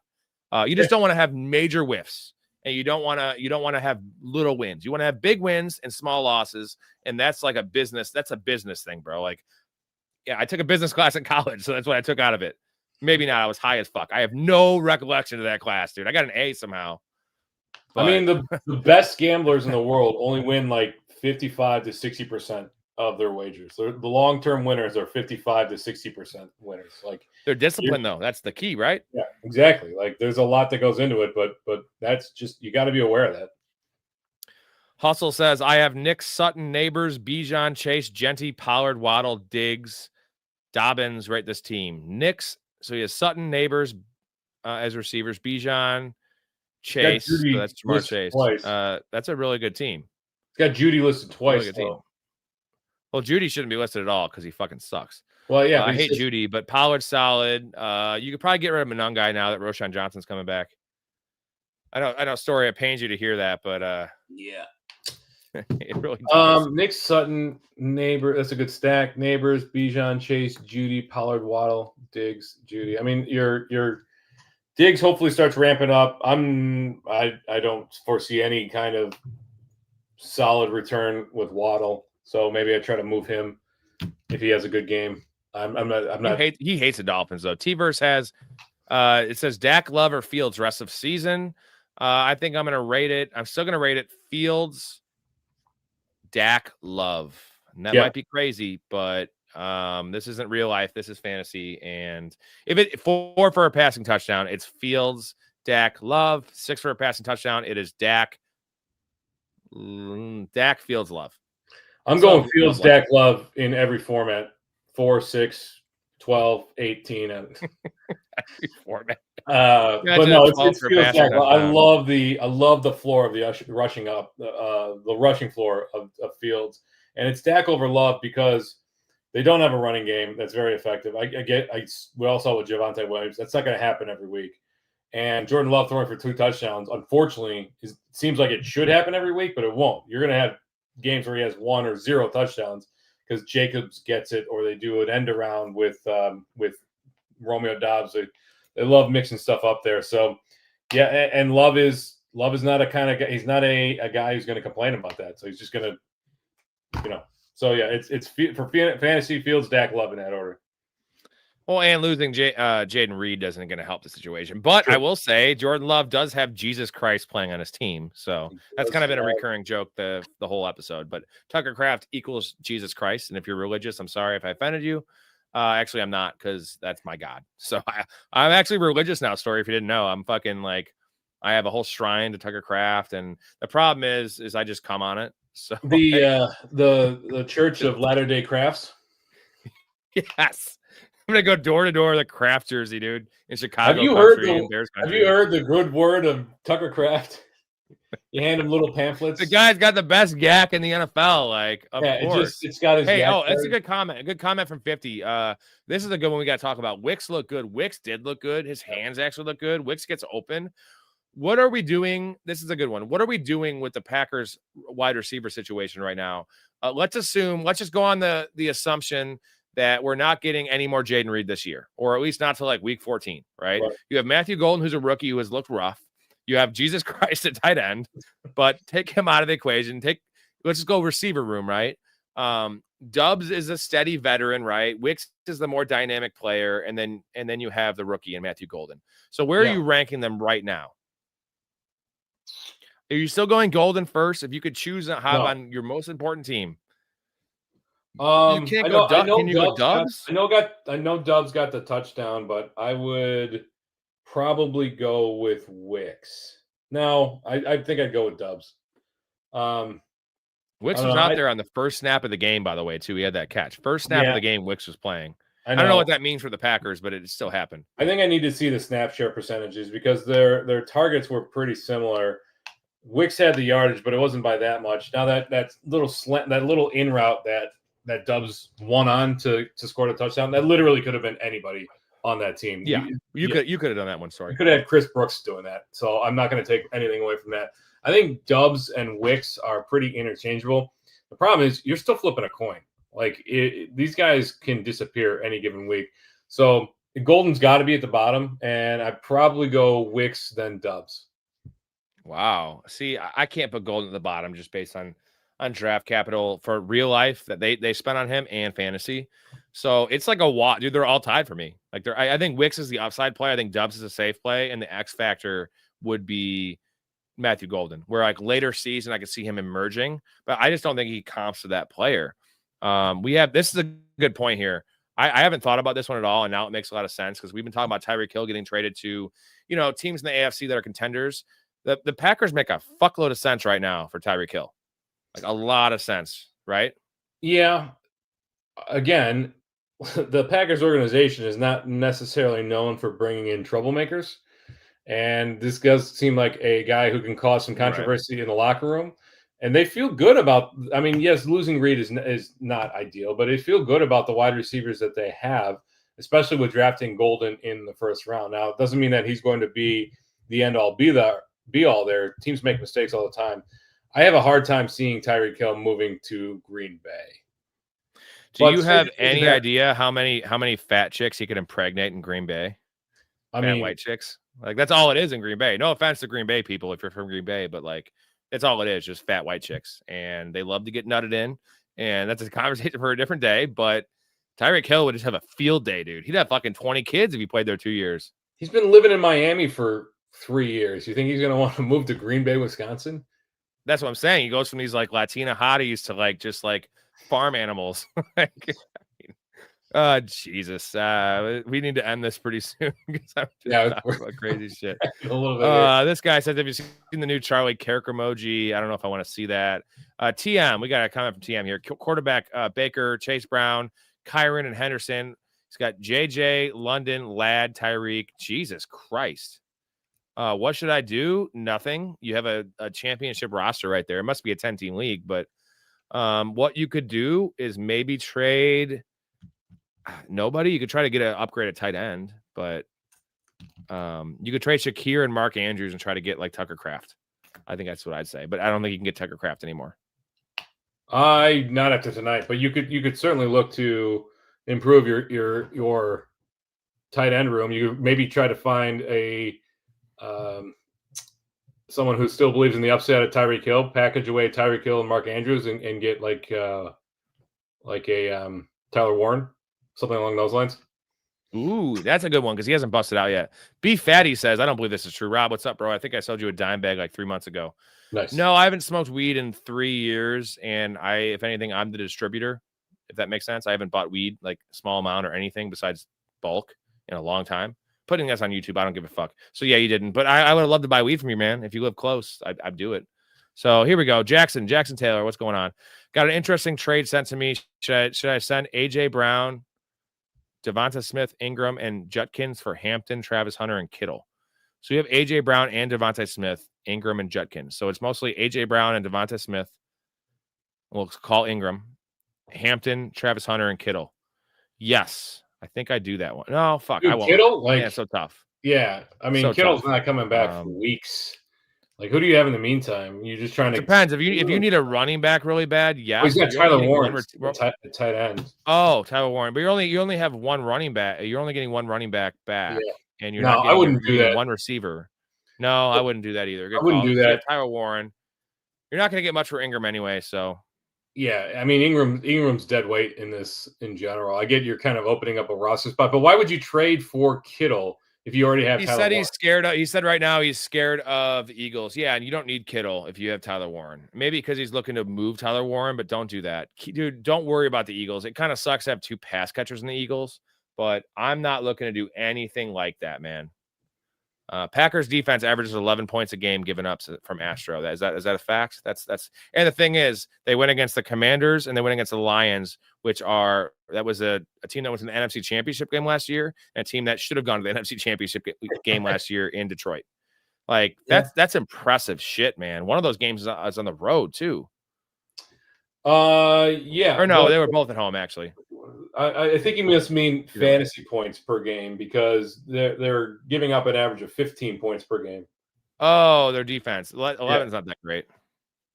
No problem, Jackson. I like your picture. Jackson, you'd be friends with Story. Look, he's got like a lawyer picture, bro. I do. Look at his picture. He got a suit and tie, nice hair. Yeah, he's got a sweet suit and tie going, man. Yeah, Andre, you can drop it real quick. We got to take off here in a couple minutes, but drop your stuff. Andre's a contributor to the channel, so I appreciate. Well, yeah, see, Jackson, you guys are best buddies. You got to link up a story. You guys can do link calls or Zoom calls and talk business and shit. And I'll just talk about penises and trannies. That's cool. Follow me on LinkedIn. We'll be again. If you're in this live chat right now, you haven't subbed, please do. We're one away from 2,100. I know it's just like an arbitrary number, but it means a lot to me. This is 4 years of blood, sweat, tears, and cum that I've been giving into this podcast. All these good jokes, all this insight. I don't sleep. Like it's all for the channel, bro. It's all for the fucking channel. We're gonna be something one day. Would you agree, Story? We're gonna make the big time. I mean, eventually, whatever that means. Yeah, we'll seemingly. Eventually. If not, we had a good run while we had fun while we're doing it. So, well, yeah, it's all memories for me, man. So, and it's all on record too. It's never. I'm gonna show like I'm not gonna have kids, but I would show my dogs, but they're fucking morons. So I'll show a random hobo on the street and be like, dude, this was me in 2023. Look at that shit, bro. I drink 20 IPAs. I'll show it to my brother. He's got 4 kids, and I'll be like, all you did with your life is make these 4 miserable kids. Right. Yeah, we're both not really big kids people. So thanks, Carlos. Carlos Mercado. That's a fucking super, super awesome name. I am jealous. I'm Rob Simmons. That's fucking gay, dude. So boring. Carlos Mercado. That is a ring to it, right? It's a good one. I like it. Like, you don't have to hit on a girl. You just be like, my name's Carlos Mercado. And they're just like, can I fucking suck you? And you're like, yes. Or if you're into guys, you could say that to a guy. I mean, Jaden Higgins or Caleb Johnson. It's still Caleb Johnson for me, Smitty. Is it like to play this week? I think it's just like to keep because I don't think you're playing either of those guys. I think it's to keep. Yeah, you can't start either of those guys this week. To keep, it's Caleb Johnson. How many more weeks are you going to say? Hey, do you remember like a month or the first, like, I don't know, the 4th show in, you were saying how high you were on Caleb Johnson. You had like RB23. Yes. I'm sorry. I hate to bring that up, man. It's like, yes. It'd be like in Hangover. Remember how like in Hangover 2, Stu fucks the fucking lady boy? It'd be like in the 3rd one, be like, hey, you remember that time you fucked the lady boy? Like, I'm not going to bring that up. I'm sorry. This is going to be a hot take, but I think the Hangover is overrated. Well, you've said that multiple times. Hangover 2 is not great. The original Hangover is an all-time comedy, bro. It's an adventure movie, and it's a comedy. Right. Andre, here's his team here. 12-team PPR.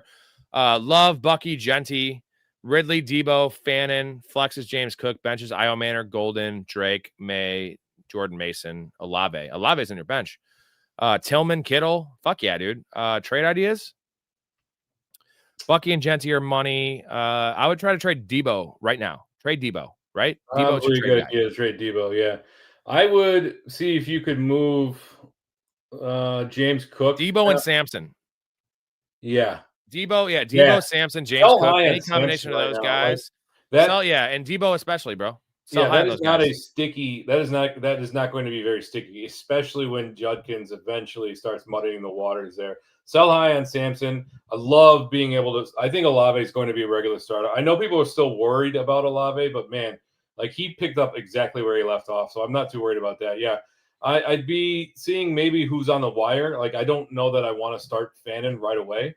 Hopefully he turns into something, but I might think about moving on from Jordan Love in order to open up a roster spot and get another streaming tight end. So he says Debo and Sampson for who? I'd keep Cook out of this. If you could do Debo and Sampson for like a George Pickens, that would be an ideal trade. Now, if you're going to throw James Cook in the mix, you're going to need a 2nd-round player. You're going to need a Drake London type or Nico Collins right there. If you want to trade Debo and James Cook for Nico Collins right now, and I would love that. Or Neighbors or something like that. Would you agree? Yeah. What did you say? You said